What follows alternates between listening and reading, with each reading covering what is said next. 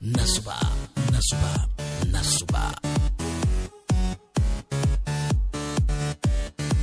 Bonjour.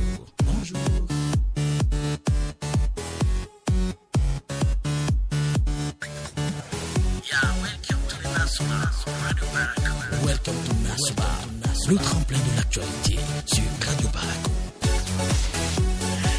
Bonjour à chacun et à tous, fidèles amis de Nasuba. C'est toujours un plaisir de vous retrouver chaque matin. Alors, à la partie technique, ce matin, c'est Sylvain Ayayevo à la mise en ligne. Adi Flawani devant ce micro en direct chez vous pour la coordination Nasuba de ce matin. Moi, c'est Claudia Adondé.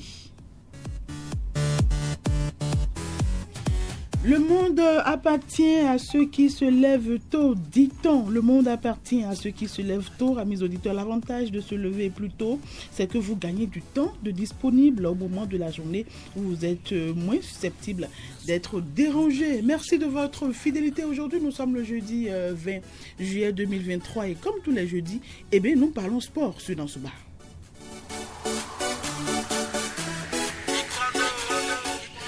Que faites-vous pour la promotion du sport féminin dans vos localités? C'est le sujet au cœur de la première rubrique de votre opinion de ce matin. C'est parti tout de suite et maintenant.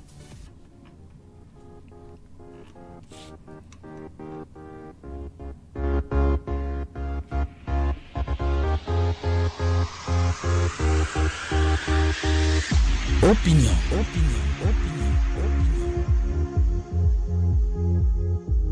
Opinion, le débat citoyen sur Radio Barako.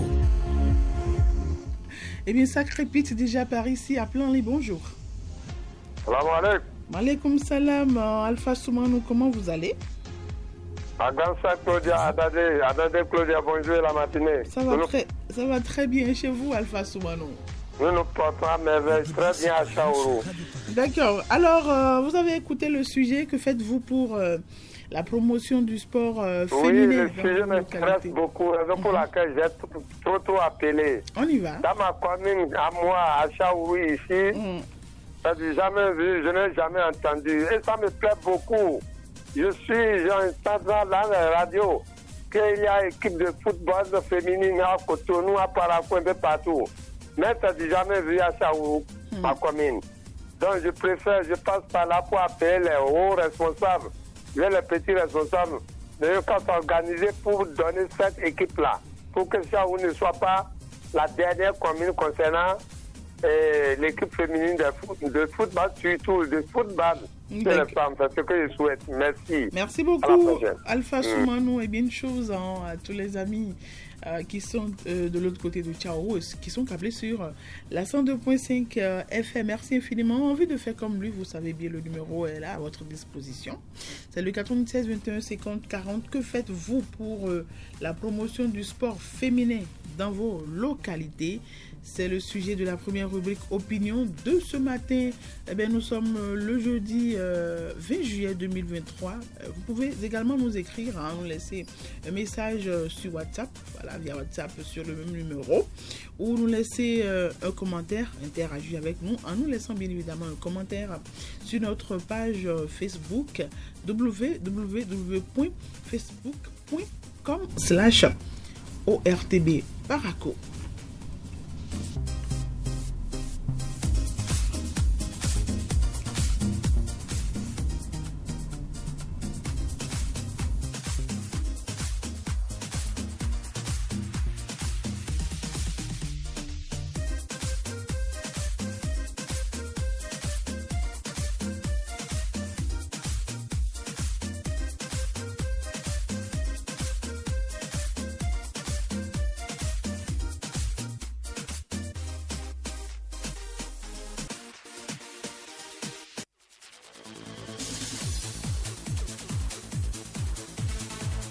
Zoom sur le sport féminin dans Opinion ce jeudi.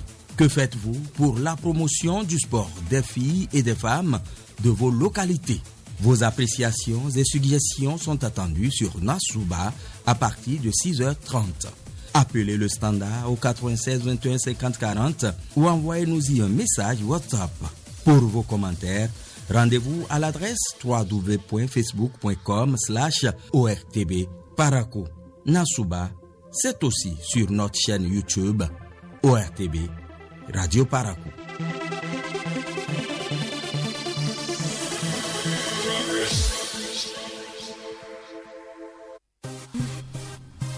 Eh bien, que faites-vous, fidèles amis auditeurs de Nansouba, pour la promotion du sport féminin dans vos localités? Le standard vous est ouvert à partir de maintenant, voilà, sur Opinion de Nansouba de ce jour pour faire vos analyses et suggestions. Appelez-nous, composez donc le 96 21 50 40. Aujourd'hui, c'est totalement sport sur les deux sujets.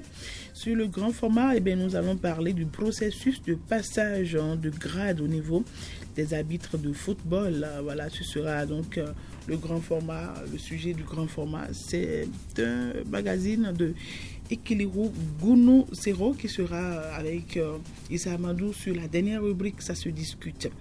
Eh bien, en attendant, la première rubrique se poursuit par ici. Appelez-nous, composez le 96 21 50 40 pour nous parler donc de la promotion du sport féminin, le sport des femmes, voilà, dans vos localités.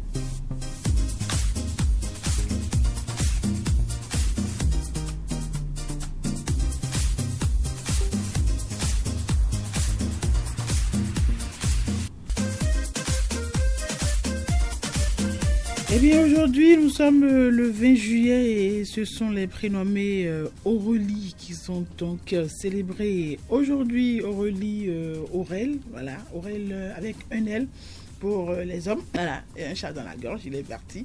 Voilà, Aurélie Aurel avec un L pour les garçons et les hommes et deux L E pour les femmes. Ce sont ceux-là qui sont donc célébrés aujourd'hui.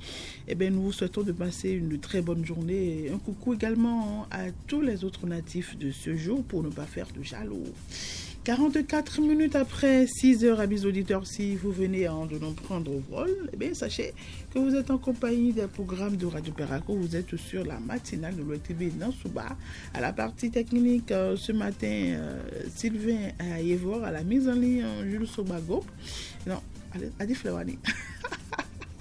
Et bien, c'est Adi Flawani. Devant ce micro en direct de chez vous, moi, c'est Claudia Dondé et nous parlons sport ce matin, amis auditeurs.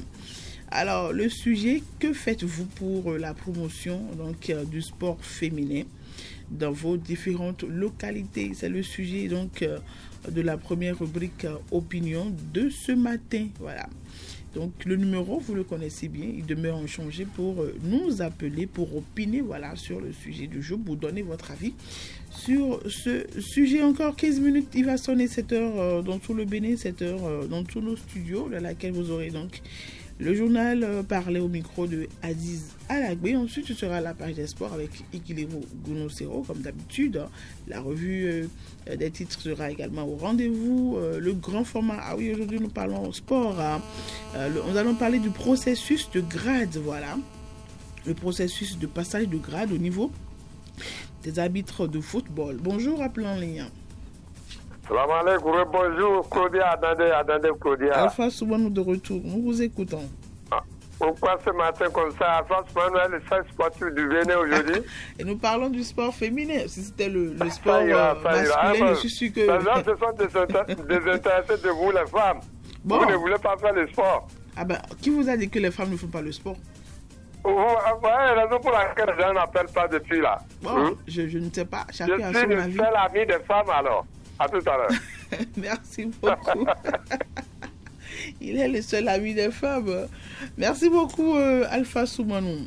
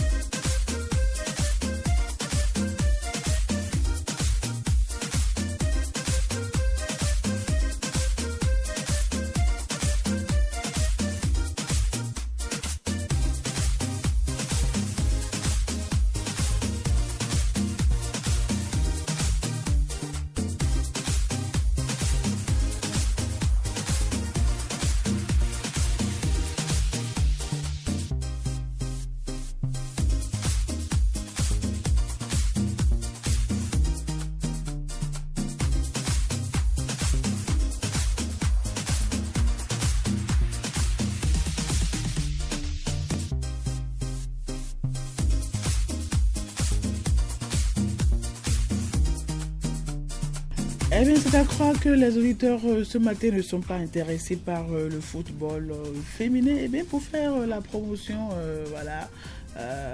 le secteur, il faut pouvoir en parler. Eh bien, c'est quand même dommage. Eh bien, notre débat se poursuit dans 5 minutes. Eh bien, vous aurez le journal au micro de Aziz Alagbe. Mais en attendant, nous allons écouter... c'est un très très vieux morceau, voilà, qui date de très très longtemps. Africa Way, ça vous dit quelque chose? Ah oui, on va dire 1998-1997.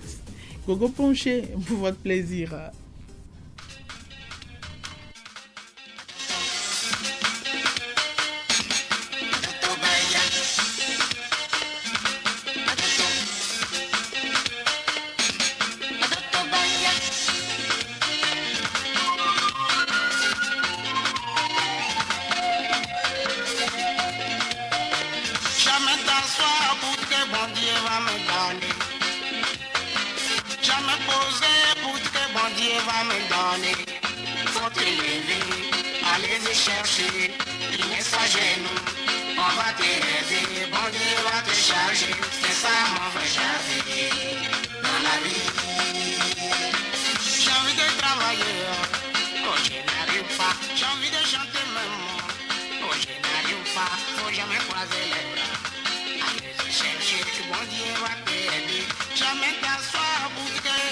Nati Tengu, Malanville, Karimama, Piondi, Dougou, c'est Radio Paraco.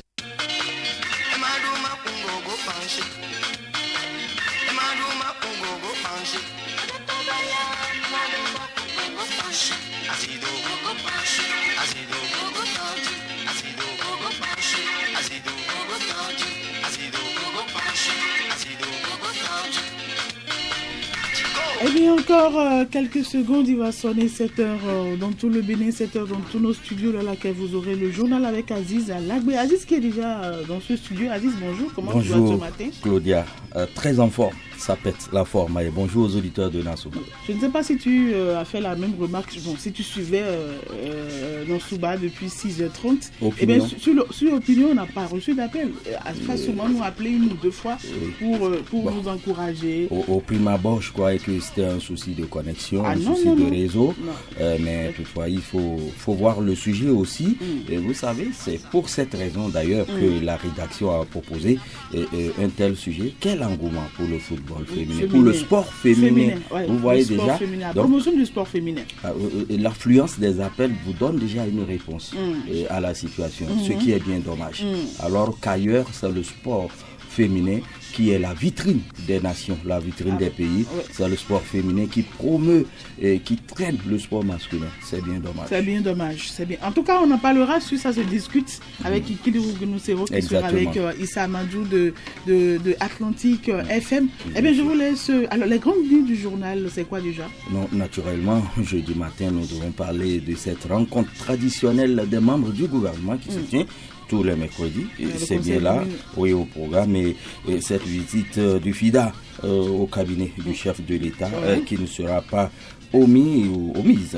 Et là, nous allons parler de cette nouvelle chaîne qui s'implante, qui voit jour à Plus Bénin. Merci beaucoup. On se retrouve juste après le journal. Merci d'écouter Radio Paracou. Il est 7h. Le journal.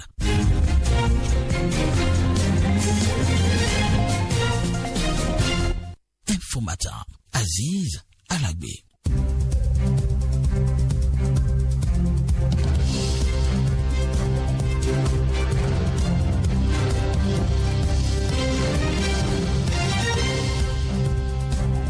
Bien, bonjour à tous. Nous sommes au bulletin matinal consacré à Nansouba. Et nous ouvrons avec le Conseil des ministres. Le gouvernement satisfait du déroulement des examens de fin d'année au Bénin. Constat fait en Conseil des ministres hier, mercredi. Mais en même temps, les membres du gouvernement mettent fin à la pratique consistant à classer les départements par ordre de mérite à l'issue de ces examens. Cette méthode manque de pertinence selon le compte-rendu du Conseil. Également, au menu du Conseil, les modalités de reversement des enseignants contractuels de l'État admis à l'évaluation diagnostique dans les différents cadres d'emploi des fonctionnaires. Henri Dasekou.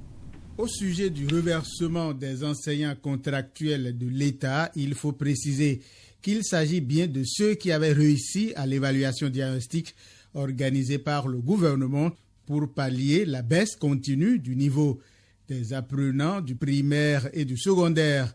Et comme promis lors de l'organisation de la dite évaluation en 2019, le Conseil autorise le reversement des enseignants ayant obtenu une moyenne supérieure ou égale à 10 sur 20, soit 9 051 enseignants sur les 17 810 ayant composé.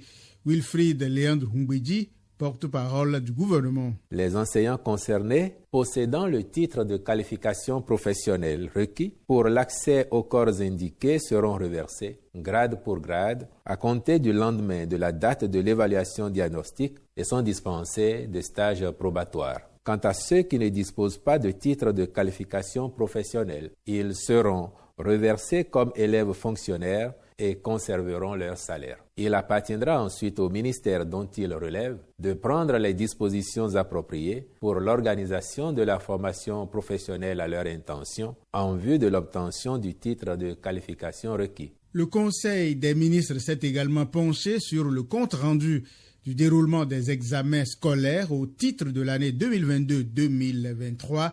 Il en ressort que les activités pédagogiques se sont bien déroulées sur l'ensemble du territoire national avec une bonne exécution des programmes dans le respect du calendrier établi. Le gouvernement adresse ses félicitations à tous les acteurs de l'école sur toute l'étendue du territoire national. Il relève cependant que la pratique consistant à classer les départements par ordre de mérite manque de pertinence. En effet, s'il peut être utile de faire des comparaisons pour susciter une saine émulation, mais aussi analyser les données année après année en tenant compte des contextes spécifiques et des dynamiques locales, les disparités qui s'observent encore dans les conditions d'apprentissage d'un département à l'autre faussent l'objectivité d'une telle démarche. Celle-ci génère par ailleurs des déviances de la part de certains acteurs de l'éducation, soucieux d'améliorer coûte que coûte leur classement, et il conviendrait d'y mettre fin. Autre décision du Conseil des ministres, c'est la mise en œuvre du projet de la traçabilité des médicaments au Bénin. Les réformes engagées dans le secteur de la santé ayant pris en compte la mise en place du système d'information pharmaceutique intégré. Nous restons toujours dans le giron du gouvernement, mais précisément au niveau du chef de l'État où le vice-président du FIDA s'est rendu. Donald Brown, en visite au Bénin depuis quelques jours, est allé dire au président Patrice Talon qu'il est heureux des résultats que le pays obtient avec l'accompagnement du Fonds international de développement agricole. Je vous propose de l'écouter. C'est ma première visite au Bénin. Je suis très impressionné. Nous avons un investissement actuel en ce moment de 250 millions de dollars, un projet de production de riz et aussi un projet de production de légumes et de horticulture pour le marché ici et aussi pour le marché au Nigeria. 500 000 bénéficiaires ici au Bénin. Le ministre de l'Agriculture est également satisfait du travail accompli au Bénin en partenariat avec le FIDA. Mais Gaston Dossoui en demande davantage pour les agriculteurs béninois. Le Fonds international de développement agricole nous accompagne depuis 45 ans. Le portefeuille du Bénin était grippé, mais depuis 3 ans, 4 ans, il a été très apprécié. Ce qu'on a vu sur le terrain montre très bien que nous avons mis en place un certain nombre de réformes qui donnent leurs fruits. Nous avons démontré à nos partenaires que les besoins de terrain sont plus importants que les enveloppes disponibles aujourd'hui. Il faut ouvrir, il faut satisfaire davantage, il faut contribuer au financement de l'agriculture et surtout à la formation des gens qui sont dans le secteur agricole. C'est cela que nous avons aussi demandé expressément au FIDA et nous allons davantage travailler pour que le capital humain soit formé, renforcé dans ses capacités et qu'on retourne à l'agriculture confiant de gagner. Au cours de l'audience au Palais de la Marina, le vice-président du FIDA était accompagné du directeur régional pour l'Afrique de l'Ouest et du Centre de l'organisation. Je le soufflais il y a un instant à Claudia Dandé. Le paysage audiovisuel béninois s'élargit. Une nouvelle chaîne voit le jour, A+ Bénin. C'est son nom. Elle est le fruit de la volonté de 2 actionnaires, le groupe Canal+ et l'État béninois.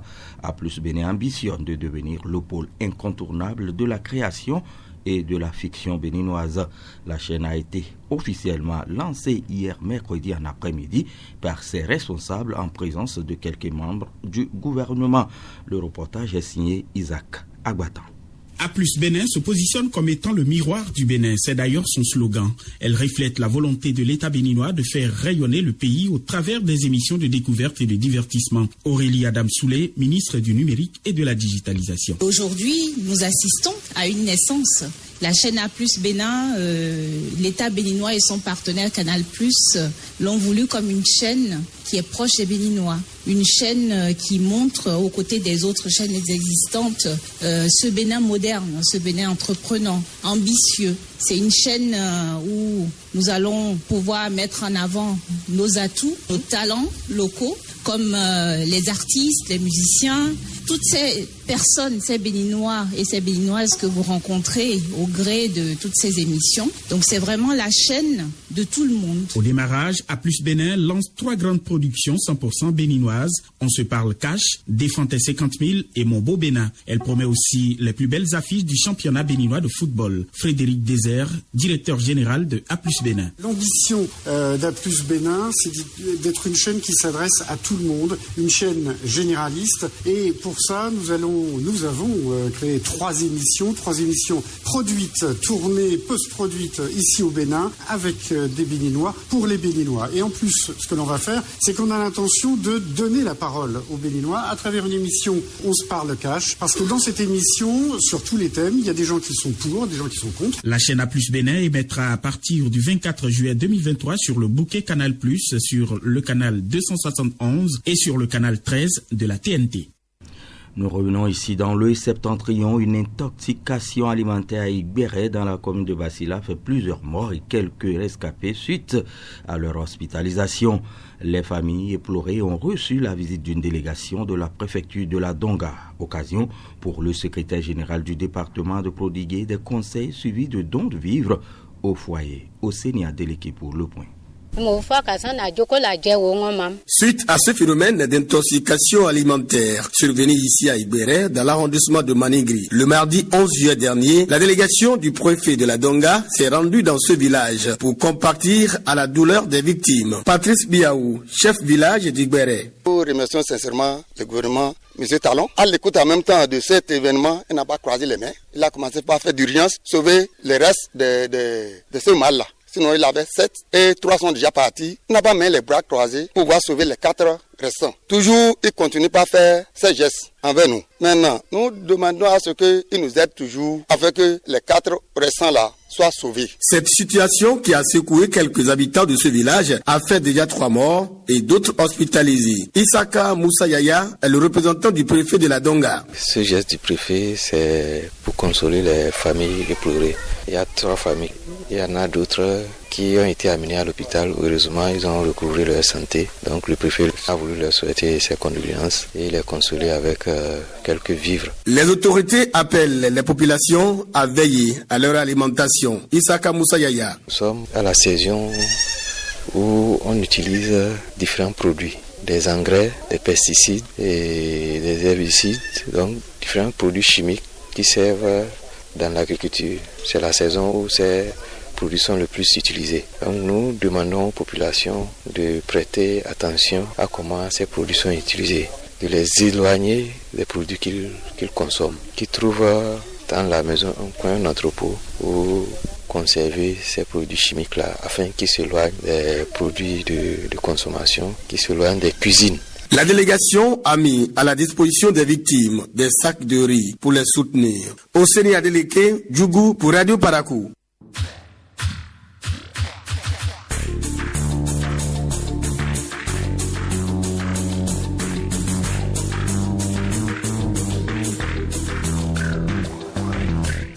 L'actualité du reste du monde sur le bulletin de Nassouba, c'est bien maintenant au Sénégal, rivalité et pugilat au sein de la majorité sur le choix du dauphin de Macky Sall. Le suspense perdure au parti APR sur le candidat qui représentera le pouvoir à l'élection présidentielle sénégalaise prévue en février 2024. Le chef de l'État, Macky Sall, a annoncé le 3 juillet dernier qu'il ne briguerait pas de 3e mandat. Son parti et sa coalition lui ont donné carte blanche pour désigner un successeur. Mais en interne, des rivalités se manifestent au grand jour. Entre invectives et empoignades, l'Assemblée générale a tourné à la bataille rangée mardi 18 juillet au siège de l'Alliance pour la République APR, le parti présidentiel. Une réunion censée être consacrée à l'unité autour du choix que fera Macky Sall, raconte un participant. Mais les partisans du Premier ministre Amadou Ba et de l'ancien ministre de la Santé Abdoulaye Diouf Sarr, 2 potentiels candidats, en sont venus au mai.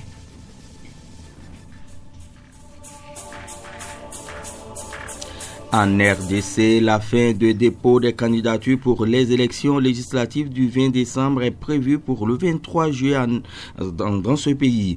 Une échéance qui a déjà été repoussée par la commission électorale devant le peu de dossiers réceptionnés. Si 2 formations politiques, le FCC proche de Joseph Kabila et ECD, le parti de Martin Fayulu, ne participent pas à ce processus électoral, cela n'explique pas entièrement cette situation compétition alors que 500 sièges sont à pourvoir dans les 181 circonscriptions du pays. Denis Kadimi est allé en personne constater ce peu d'engouement dans les bureaux de la commission électorale et c'est une mise en garde qu'a tenu à lancer le président de la CENI. Il n'y aura pas de nouveaux délais.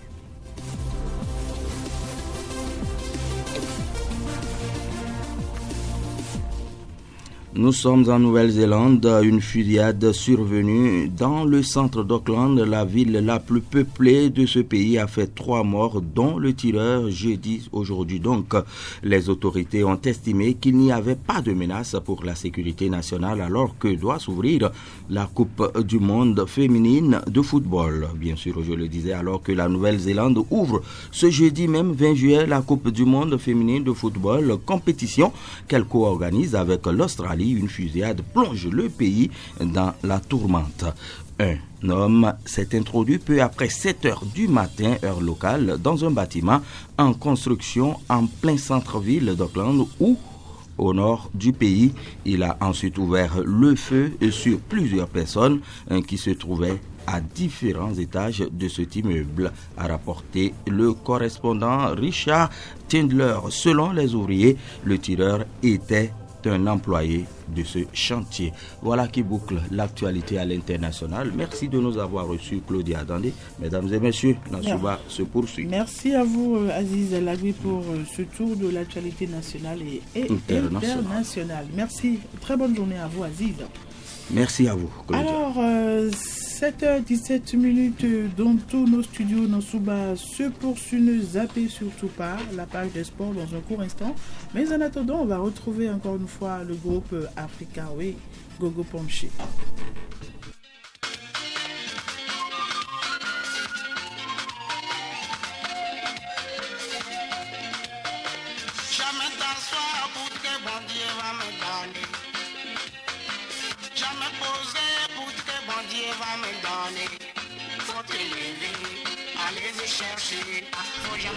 Eh bien, amis auditeurs de Radio Paraco en studio, je suis avec Ikiliru Gounosero. Ikiliru, bonjour, comment tu vas ce matin? Bonjour à vous, Claudia Dandé, bonjour à tous les auditeurs, je vais bien, Alors, on vous installe confortablement comme d'habitude avec ceci.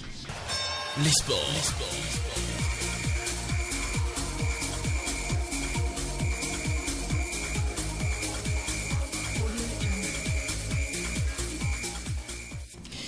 Alors, Ikiliru, très attendu, la Coupe du Monde féminine 2023 commence aujourd'hui. Effectivement, organisé en Australie et en Nouvelle-Zélande, le premier match de cette compétition va opposer les Néo-Zélandaises aux Norvégiennes tout à l'heure à partir de 8h heure du Bénin, bien sûr. Il sera suivi de la deuxième rencontre qui mettra face à face l'Australie et l'Irlande. Un des 4 représentants du moins africains à cette Coupe du Monde. Le Nigeria fera son baptême de feu vendredi prochain contre le Canada. La Zambie, pour sa part, jouera son premier match le samedi contre le Japon. Quant à l'Afrique du Sud, elle se mesurera à la Suède le dimanche, alors que le Maroc défie l'Allemagne le lundi 24 juillet prochain. On dira que pour cette compétition, le Nigeria fait partie des grands favoris du continent africain, puisque avec sa star Oshoala, Azizat Oshoala, la meilleure joueuse du continent africain au FC Barcelone, meilleure buteuse du championnat d'Espagne et ballon d'or africain, le Nigeria part comme l'une des meilleures chances du continent africain à aller loin dans cette compétition. Derrière, il faudra aussi compter avec l'Afrique du Sud qui est vainqueur de la Coupe d'Afrique des Nations au Maroc. Même si ces joueuses évoluent sur le continent africain, notamment en Afrique du Sud, l'Afrique du Sud possède aussi des arguments valables pour aller loin dans cette compétition. La Zambie, les Zambiennes, les Chipolopolo Girls auront aussi leur mot à dire, et aussi le Maroc qui est en train de monter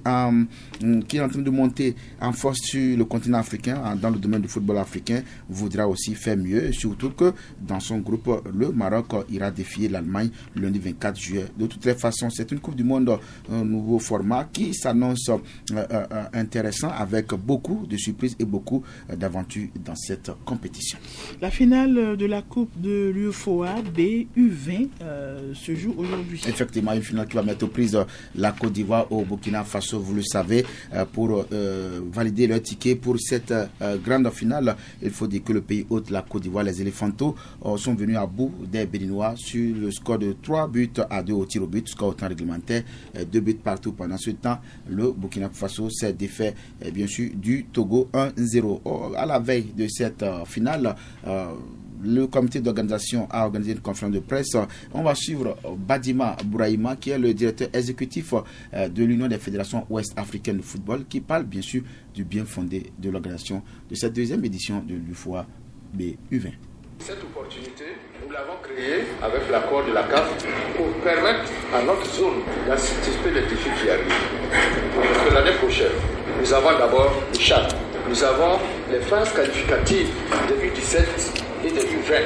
Et nous avons aussi les phases qualificatives de la Coupe du Monde de U17 et de U20. Alors qu'est-ce qu'il faut? Il faut préparer ces jeux. Et c'est ça qui nous a motivés à engager cette compétition pour préparer. Et Dieu merci, il y a peut-être la semaine prochaine, très agréablement surpris d'avoir eu cette compétition à leur portée, pendant que certains pays sont en train de formater pour former leur équipe. Rien de tel.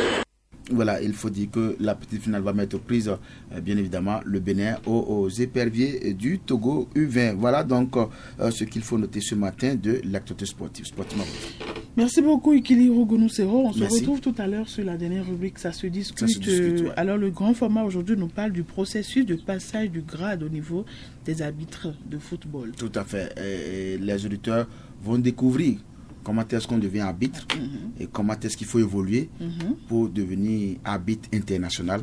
C'est très important parce que là où vous êtes, vous pouvez devenir arbitre. Ah oui. Mais il y a un processus qu'il faut suivre. C'est encore possible. C'est encore possible. Si vous voulez, si vous avez le désir, maintenant, la seule condition, il faut être véritablement sportif. Voilà, il faut être tout le temps en train de faire le sport, en train de courir. Parce que vous allez courir aussi tout comme les joueurs. Parce que l'arbitre même court plus que les joueurs sur le terrain. Donc, il faut le dire. Voilà. Merci beaucoup, Ikiliru. Donc, à tout à l'heure. Vous serez avec Issa Amadou de Atlantique FM. Tout à fait. Alors, dans ce bar se poursuit. Nous sommes le 20 juillet. Aujourd'hui, ce sont les prénommés Aurélie qui sont célébrés. Qui sont-elles? La réponse juste après ceci.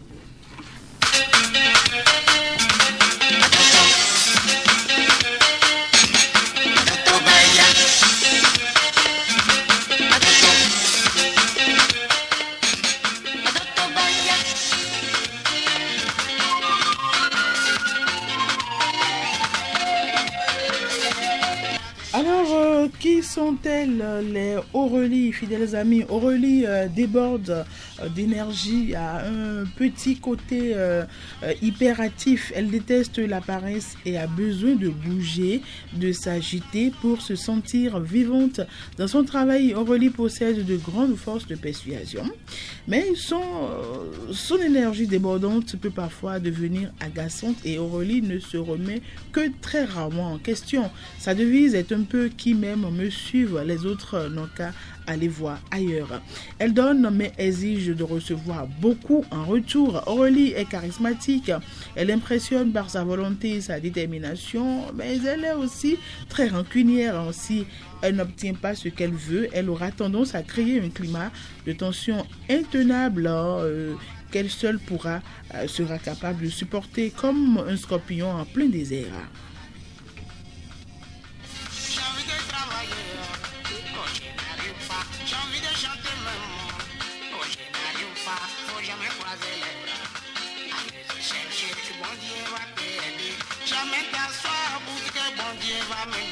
Alors, autre trait de caractère d'Aurélie. Aurélie est volontaire et sincère. Elle ne contrôle pas toujours ses émotions, mais sait se relever quand elle est à terre et peut résister aux situations les plus difficiles.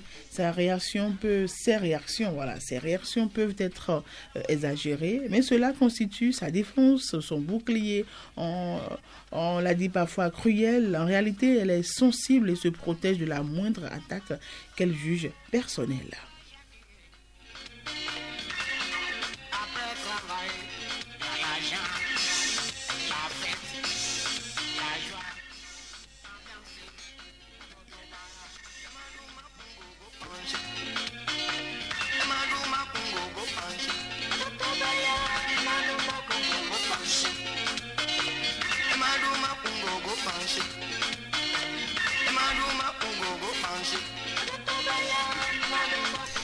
Amis fidèles de Radio Paracou, Aurélie utilise son charisme et affiche une assurance à toute épreuve pour charmer les hommes. Ses relations amoureuses sont souvent tourmentées et peuvent tourner au rapport de force. C'est sans doute dû du fait qu'elle a beaucoup de mal à accepter les compromis indispensables au bien-être et à la pérennisation du couple. Elle est fière et ne possède pas facilement, et ne cède pas facilement du terrain. Quand elle est amoureuse, elle a tendance à idéaliser son partenaire à tel point qu'elle est forcément déçue au final. Mais même si c'est difficile, Aurélie apprend de ses erreurs et évolue. Son instinct de suivi peut prendre le dessus sur son caractère explosif, lui permettre de contrôler davantage ses émotions et ainsi de trouver des solutions aux problèmes relationnels qu'elle rencontre. Aurélie pourra alors vivre des histoires plus sereines et conserver intacts ses sentiments. Elle ne connaît pas l'hypocrisie ni le mensonge. Elle est toujours honnête et sincère, et même si cela provoque parfois quelques disputes, son amoureux peut ainsi être rassuré qu'elle lui dira toujours la vérité. Voilà un peu ce qu'on peut dire sur les prénommés Aurélie qui sont donc célébrés aujourd'hui. Amis auditeurs, ne zappez surtout pas. Nos soubas se poursuit 27 minutes après 7 heures. Je vous invite à suivre la revue des titres des journaux parus aujourd'hui, en jeudi 20 juillet 2023.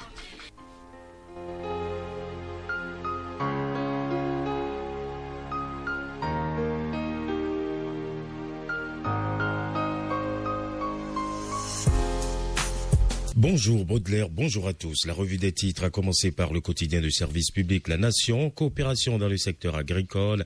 Talon reçoit le vice-président du FIDA, un bureau du fonds bientôt ouvert au Bénin. Relations bilatérales des investisseurs surinamiens s'annoncent au Bénin. Reversement de fonctionnaires, 9051 enseignants bénéficiaires de la mesure. Et pour nouvelle chaîne de télévision A+ Bénin, les émissions démarrent lundi 24 juin prochain, annonce La Nation.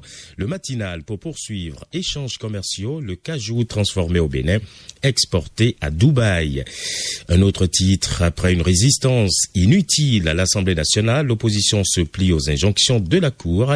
C'est un titre à la une de Le Matinal. Promotion de l'agriculture et développement du secteur rural, le FIDA tresse des lauriers au Bénin. Fruit du partenariat entre Canal+ et l'État béninois, A+ Bénin inaugure une nouvelle ère dans le paysage audiovisuel national. Fraternité pour poursuivre. Désignation des représentants de l'opposition dans les organes de l'Assemblée. Les démocrates reviennent à la raison. Les décisions de la Cour respectées.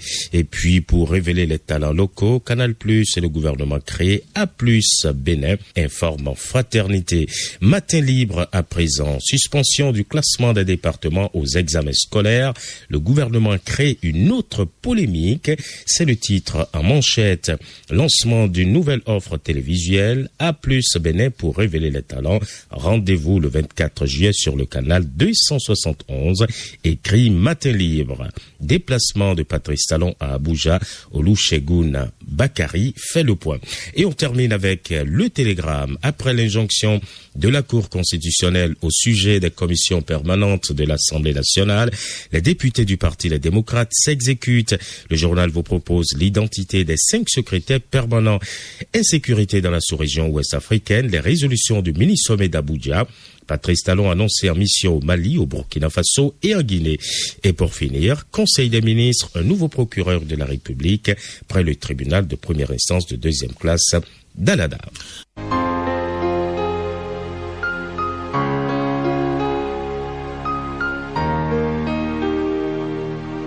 Eh bien, fidèles amis de Radio Paracou, infiniment merci de votre fidélité à nos programmes. Nassouba se poursuit à présent le grand format Comment devenir arbitre fédéral. Pour devenir arbitre de haut niveau, plusieurs étapes sont à franchir pour le passionné du sifflet. À cet effet, les fédérations vous proposent des formations sanctionnées par des examens de passage de grade amateur à professionnel. Comment devenir arbitre fédéral au football? C'est le grand format sport que nous propose Ikiliru Gunusero de la division des sports. On ne naît pas arbitre, on le devient. Pour cela, il faut avant tout être un passionné de sport et du football en particulier. Même sans avoir joué au football, on peut devenir arbitre et évoluer dans la hiérarchie de cette corporation. Daniel Lucassa, arbitre FIFA. Pour devenir arbitre, il faut être d'abord un sportif, c'est-à-dire avoir la qualité physique, morale, intellectuelle et technique. Pour passer les examens de grade en arbitrage, il faut retenir d'abord que nous avons 3 grades en arbitrage. Le grade district, le grade ligue et le grade fédéral. Francis Kotogbuya, premier vice-président de la Fédération béninoise de football et président de la commission des arbitres. L'arbitrage est un corps hiérarchisé. Donc, il faut de temps en temps organiser des examens pour permettre à chaque arbitre de changer de grade. Vous savez, le premier grade en arbitrage, c'est arbitre de district. Et il faut franchir district pour aller à ligue et de ligue pour aller à fédéral. Et c'est parmi les fédéraux qu'on choisit les arbitres internationaux. L'arbitre de district qui souhaite gravir de nouveaux échelons peut évoluer à son rythme, mais doit démontrer assiduité et intérêt pour le football et pour le rôle qu'il y exerce. Il est tenu de parfaire ses connaissances, de participer au stage de perfectionnement et de passer des examens plus consistants. Daniel Luc Kassa, arbitre FIFA. Pour passer le premier grade, qui est le grade district, on compose à l'écrit. Quand on est à domicile, on passe à la phase pratique. On évalue le candidat sur un match pratique. Quand il réunit la moyenne, on le déclare arbitre district. Devenir arbitre de ligue pour les 12 ligues régionales que compte la Fédération béninoise de football est un passage obligé avant d'espérer atteindre le niveau d'arbitre fédéral. Pour le grade ligue, on compose à l'écrit. Quand on est à domicile, on passe à la phase de tableau réduit. Quand on est à domicile, on passe maintenant à la phase pratique. Au niveau du grade ligue, c'est 2 matchs pratiques. Le candidat fait 2 matchs pratiques. Quand il réunit la moyenne, il devient arbitre ligue. La commission d'arbitrage permet à un arbitre de la ligue régionale de se porter candidat au titre d'arbitre fédéral s'il remplit les conditions. Daniel Lucassa, arbitre FIFA. Pour le grade fédéral, on compose à l'écrit sur les lois du jeu. Quand on est à domicile, on passe à la phase de tableau réduit.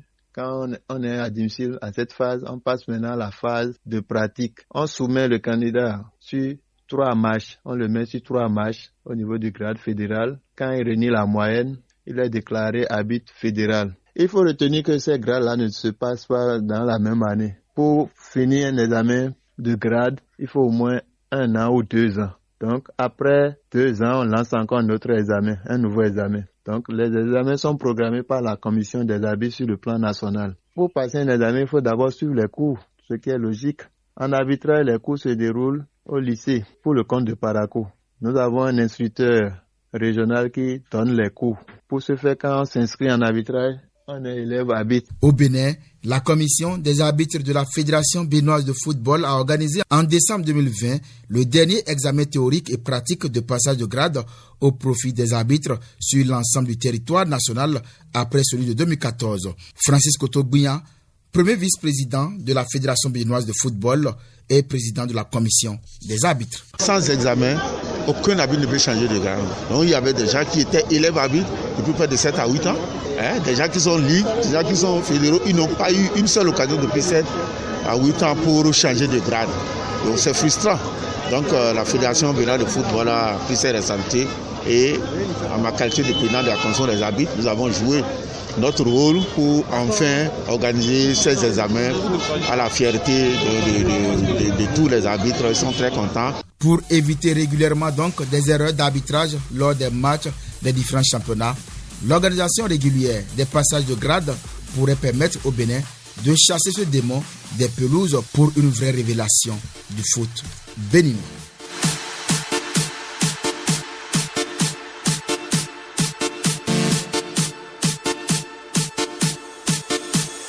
Eh bien, voilà, c'était le grand format au micro de Ikilero Gounou Sero. Ikilero qui est déjà avec nous en ligne, bien évidemment. Ikilero, bonjour. Bonjour à vous, Claudia Dandé. D'accord, vous êtes avec Issa Amadou. Bonjour Issa Amadou. Bonjour Claudia. Bonjour également à mon très cher ami et frère Ikilero Gounou Sero. Et je fais un grand coucou également aux techniciens. Merci beaucoup. Alors, on vous retrouve juste après ceci. Ça se discute. Faites-vous une idée claire de l'actualité. Alors, Ikilero Gounou Sero, Issa Amadou, Oui. Eh ben, j'ai une bonne nouvelle pour vous ce matin. J'ai décidé de changer de carrière. Je vais laisser le micro pour le ballon. Je vais devenir arbitre. C'est une très bonne chose, mais il faut remplir quand même certaines conditions, vous savez. Alors, Ikiliru, quelles sont les conditions pour devenir arbitre? Oui, on l'a évoqué et tantôt et dans le grand format. La première condition, c'est d'abord être apte physiquement à pratiquer le sport, parce que pour être arbitre dans toute discipline d'ailleurs, il faut avoir une condition physique au point et il faut également avoir la passion de la discipline qu'on veut devenir officiel. Donc c'est d'abord ça d'abord. Donc sportivement il faut être apte. Vous n'avez pas besoin forcément de pratiquer cette discipline avant de devenir arbitre, mais de toutes les façons, il faut avoir cet amour-là de devenir arbitre. Maintenant, au cours du processus, vous allez apprendre les règles du jeu et au fur et à mesure, vous quittez d'élève à arbitre de district. D'arbitre de district, vous devenez arbitre de ligue. Arbitre de ligue, vous devenez arbitre fédéral. D'accord. Après, maintenant, arbitre fédéral, le reste, ce n'est que des promotions, puisque en arbitrage, au niveau du football, nous avons trois principaux grades, tout simplement. Le grade de district, le grade d'arbitre de ligue et le grade d'arbitre fédéral. Maintenant, l'arbitre FIFA ou arbitre inter, c'est une promotion. C'est une promotion. Cela ne passe pas forcément par disons, un test, mais c'est votre fédération qui juge que vous êtes bien à être porté devant la France pour être validé pour devenir arbitre FIFA. Voilà. Alors, Issa Amadou, est-ce que nos arbitres aujourd'hui ont suivi toutes ces étapes-là de formation?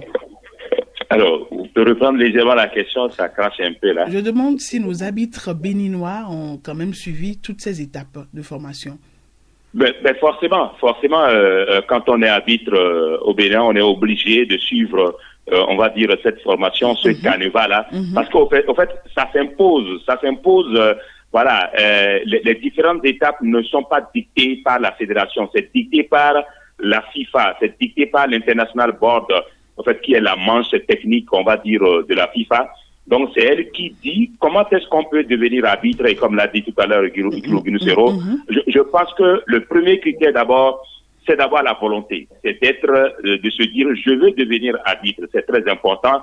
Après, maintenant, entre le vouloir et la capacité, il y a forcément, on va dire, une petite marge. Il faut maintenant subir des tests pour qu'on puisse voir votre aptitude. Parce que, on ne le dit pas le plus souvent, l'arbitre parcourt plus de kilomètres sur un terrain de football que le joueur. Ouais. Donc, vous voyez un peu, donc, on croit que bon, il est debout, voilà, il sait pas, il est debout avec sifflet en main, lui, il est là seulement pour siffler.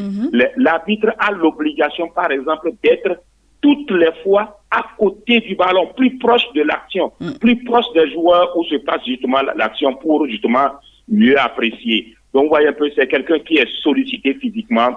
Intellectuellement, il est sollicité, il doit avoir des réflexes, il y a tout un tas de critères pour être un bon arbitre. Donc, les différentes étapes doivent être respectées. Au cas contraire, eh bien, nous aurons tout simplement des arbitres mal formés, médiocres, et il faut d'abord être déjà à la base, autrement dit au niveau du district. Après, maintenant, vous grimpez tout doucement. Quand on est arbitre district, par exemple, on doit pouvoir, on va dire, faire un test, par exemple, un test physique. Et quand on doit vous évaluer le jour d'évaluation, vous devez faire 2 matchs, par exemple.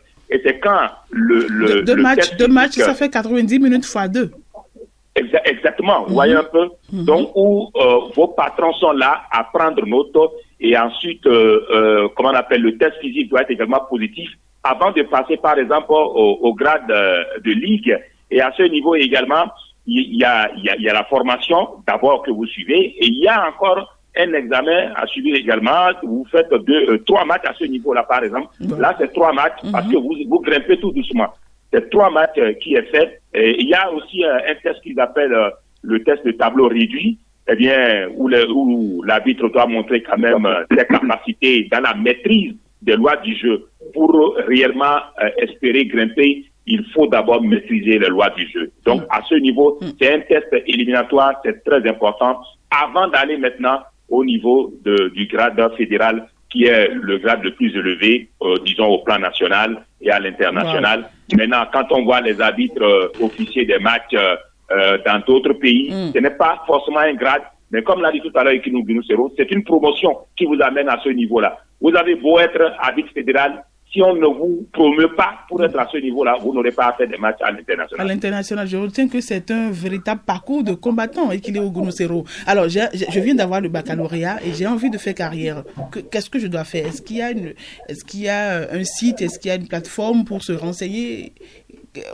Je veux orienter cet quotidien-là. Voilà, il faut être clair. Et je l'ai dit à l'entente du grand format, on ne naît pas arbitre, mais on devient arbitre. D'accord. Alors, et pour devenir arbitre, la première condition, c'est parce qu'aujourd'hui, il faut être véritablement instruit.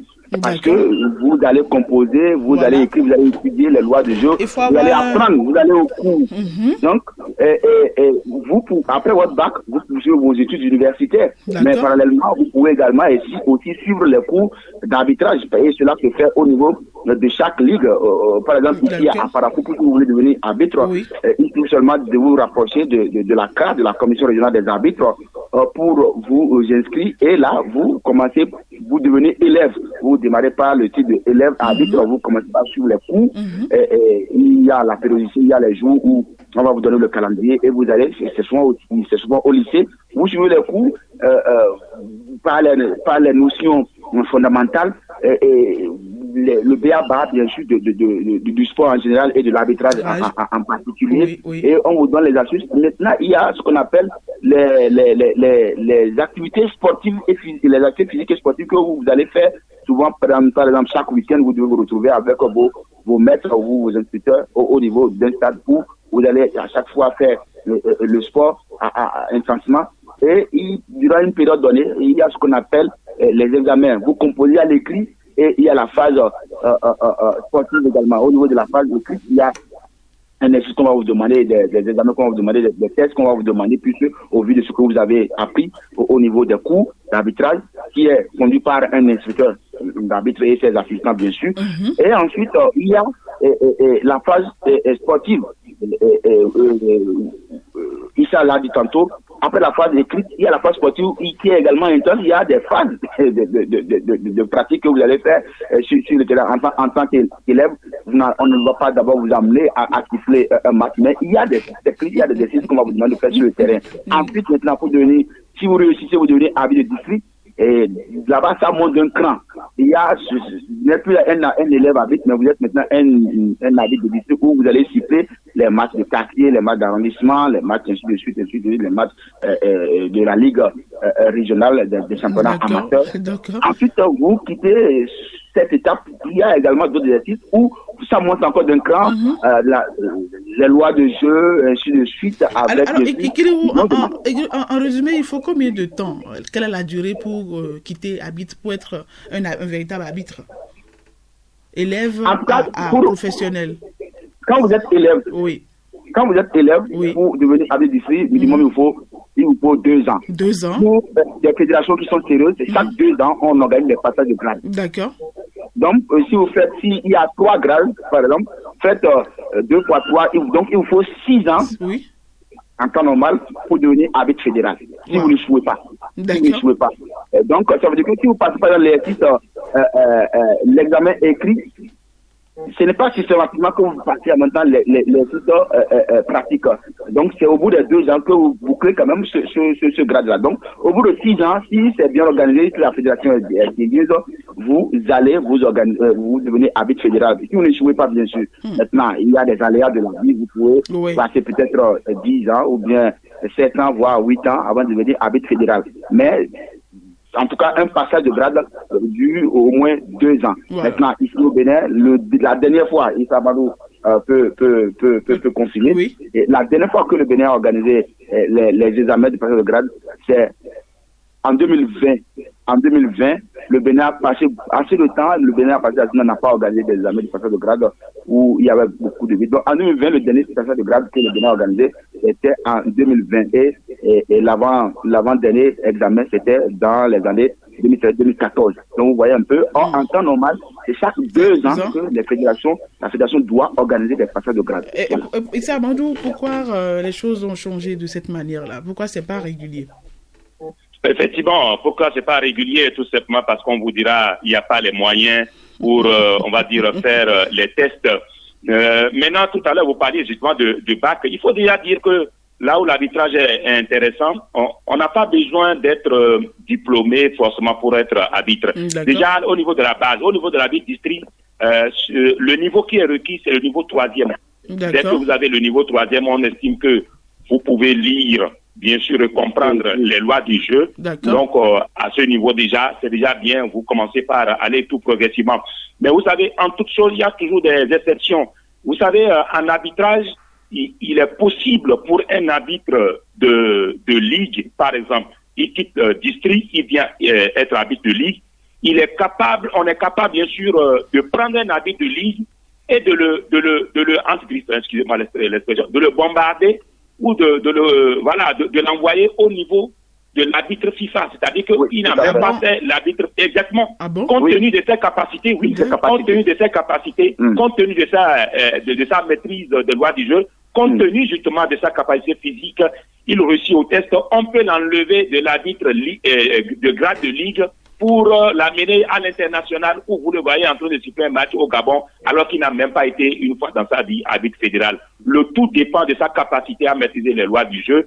On a même un Béninois qui a connu un peu, il s'appelle Abik Anlou. Voilà, Abik Anlou, c'est un ancien arbitre déjà retraité. Il était arbitre, on va dire, grade de ligue, mais il a été promu pour être un arbitre FIFA à siffler des matchs à l'international. Donc, c'est pour vous dire que le tout dépend de votre capacité réellement à être bon sur le terrain, à être apprécié par votre hiérarchie. Maintenant, est-ce que les tests s'organisent régulièrement par la fédération? La réponse, c'est non. Et cela, ça handicape un peu les arbitres. Parce qu'il y a un âge où vous ne pouvez plus siffler à l'international. La retraite, c'est 45 ans. Après 45 ans, vous ne pouvez plus arbitrer un match à l'international. Alors, dès lors que vous commencez et vous avez la chance de gravir les échelons, vous avez la chance tout simplement d'être un arbitre FIFA et quand même de jouir quand même des primes payées par la CAF, par la FIFA. Et ça, c'est pas du tout mal. On a vu des arbitres qui vivent très bien. Je ne dirais pas qu'ils sont des milliardaires, mais qui vivent très bien parce qu'ils ont été arbitres FIFA, tout simplement. Merci et beaucoup. Ekilou, on a un second sujet, d'accord? Oui, si vous me permettez, pour finir avec la référence ici au Bénin, Issa le disait, la référence ici au Bénin, c'est aujourd'hui Bonaventure Kofi Kodja, qui est aujourd'hui dans le cabinet, qui est un directeur technique au ministère de la Jeunesse des Sports. Donc, vous voyez un peu ce que cela a apporté. Il a été le porte-drapeau de notre pays à l'international à l'époque. Maintenant, vous savez, la non-organisation régulière des examens de passage de grade au Bénin fait que le niveau de notre arbitrage ça fait que le niveau de notre arbitrage est bas. Et ça fait également, ça ne rehausse pas également le niveau de notre championnat. Lorsque vous n'organisez pas souvent ces examens-là, vous ne pouvez pas juger du niveau des arbitres. À des décisions, en tout cas des décisions vraiment qui créent la polémique. Et à l'international, depuis que Bonaventure Kofi Kodja a arrêté sa carrière internationale, aucun arbitre n'a pu siffler une Coupe d'Afrique des Nations. C'est vrai que nous avons des arbitres qui sifflent les matchs des compétitions de club et quelquefois le CHAN, la Coupe d'Afrique des Nations juniors. Et tout récemment, nous avons Aurore Ligan, nous avons la Béninoise qui a sifflé le match d'ouverture de l'Union des fédérations ouest-africaines de football de U20 de l'autre côté d'Abidjan, où elle a sifflé ce match-là d'ouverture. Donc, c'est dit qu'il faudrait organiser régulièrement ces examens-là pour ici encore une fois encore haut l'arbitrage béninois et pas ricocher le football béninois. Merci beaucoup Ekilirou Gounousero. Issa Amadou, que faites-vous pour la promotion du sport féminin dans vos localités? Je ne sais pas trop. Sur la première rubrique, la question a été posée, mais figurez-vous qu'il n'y a pas eu d'appel. C'est à croire que nous, on n'a pas conscience donc de ce que ce football, de ce que le sport féminin peut apporter dans le développement du Bénin. On l'ignore carrément. Mais le sport féminin peut apporter beaucoup. Il faut tout simplement saluer un peu le dispositif aujourd'hui qui est mis en place par le ministère, par la fédération. Il faut saluer cela. Quand c'est positif, nous, en tant que journalistes, reporters sportifs, nous avons, on va dire, le devoir moral de dire que c'est bon. Le football féminin a un bon avenir. Le sport féminin en général. Le sport féminin en général, voilà, le basket, voilà, le hand, tout ce qui est féminin aujourd'hui est quand même, on va dire quoi, est quand même boosté d'une manière ou d'une autre au niveau des différentes fédérations. Vous avez vu, il y a pas longtemps, on parlait bien sûr avec Ilou Gunusero des volleyeuses qui sont allées du côté du Niger, les U20. Vous avez également, on va dire, pas mal de catégories au niveau des autres disciplines sportives où ça bouge. Aujourd'hui, on a compris que le sport de manière générale n'est pas que féminin. Le sport masculin. Exactement, n'est pas que masculin, excusez-moi. Il doit avoir une pratique générale aussi bien au niveau des garçons qu'au niveau des filles. Et les trophées que les garçons ne peuvent pas amener, les filles peuvent parfois nous ramener ces lauriers-là. Donc je pense tout simplement qu'actuellement, il faut saluer déjà la dynamique qui est faite au niveau de l'État et au niveau des différentes fédérations. On apporte quand même des moyens. Et aujourd'hui, il n'est pas rare de voir à 18h30, 19h, des jeunes filles qui viennent des séances d'entraînement, soit du basketball, du handball. Moi, j'en vois régulièrement. Et je me dis, mais tiens, enfin, on a compris qu'il faut réellement, disons, envoyer les filles sur les terrains pour que, justement, elles puissent apprendre à jouer, devenir des championnes. Si les Isabelle Yacoubou sont devenues des championnes, c'est parce qu'à un moment donné, voilà, elles ont eu la chance de pratiquer la discipline. Il faut également, je pense, sensibiliser les parents que lorsqu'une jeune fille s'adonne à la pratique du sport, ce n'est pas forcément synonyme de débauche. Il faut juste encadrer la jeune fille. Il faut avoir une bonne relation avec les coachs, avec les présidents de clubs, avec les fédérations. Et je pense que tout se passera bien. Merci beaucoup, Issa Amadou Ikiliru Gunusero. Un mot de la fin, vos conseils à l'endroit des parents qui nous écoutent, qui hésitent à encourager leurs filles à faire carrière dans le domaine du sport. Dans 7 minutes, démarre la Coupe du monde féminine de football. Voilà.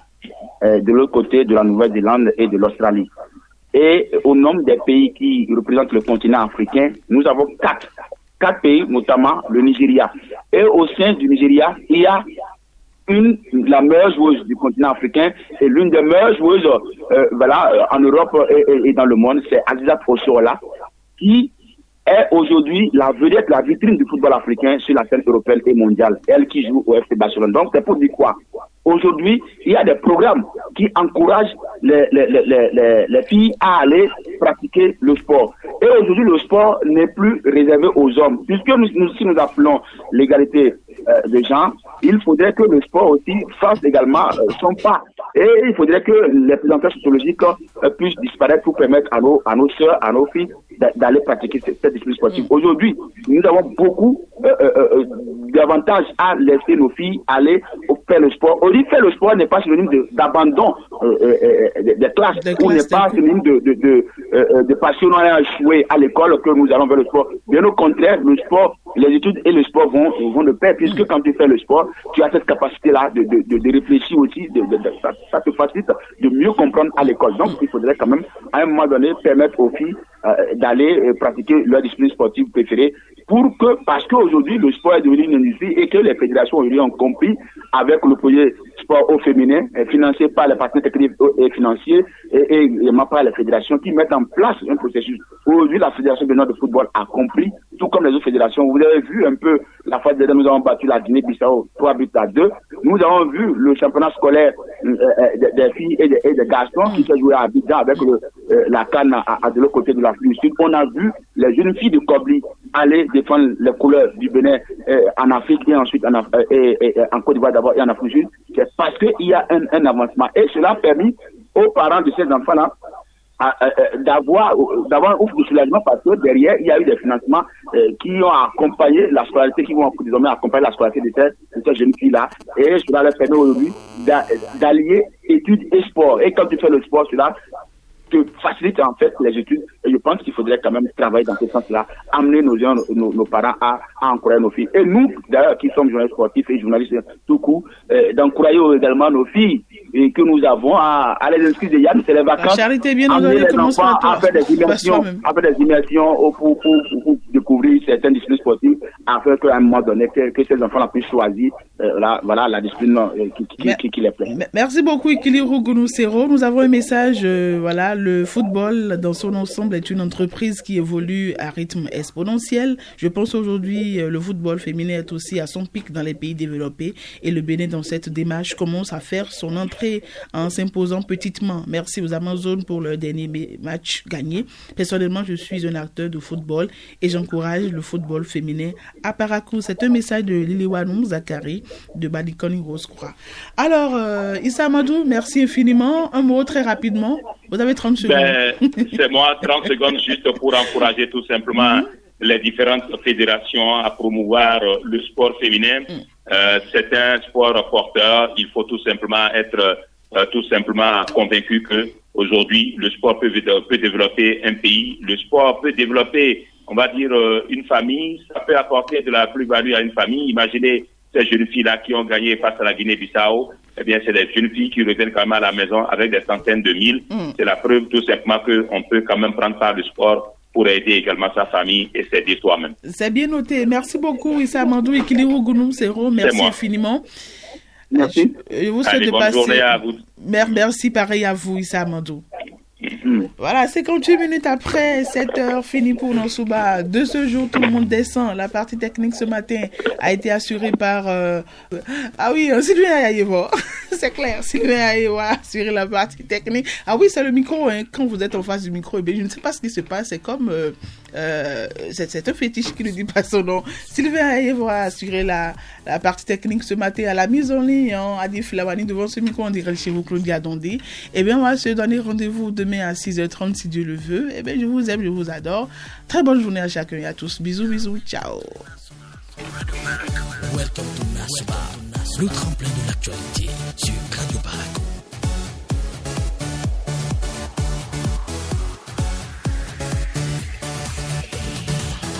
Nasuba, le package matinal.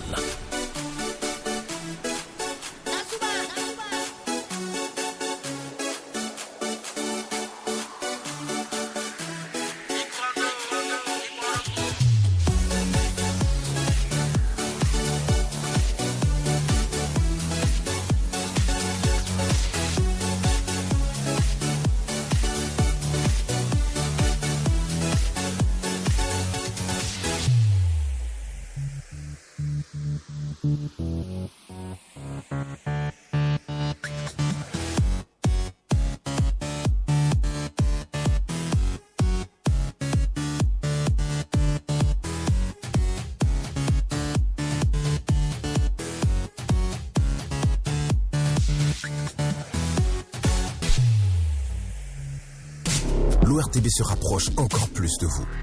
La nouvelle application mobile de l'ORTB avec plus de dynamique, plus de design, plus de couleurs, plus de facilité. Vos chaînes de radio, votre télévision nationale et BB24 en direct, c'est sur Play Store. ORTB Mobile, toujours plus proche de vous.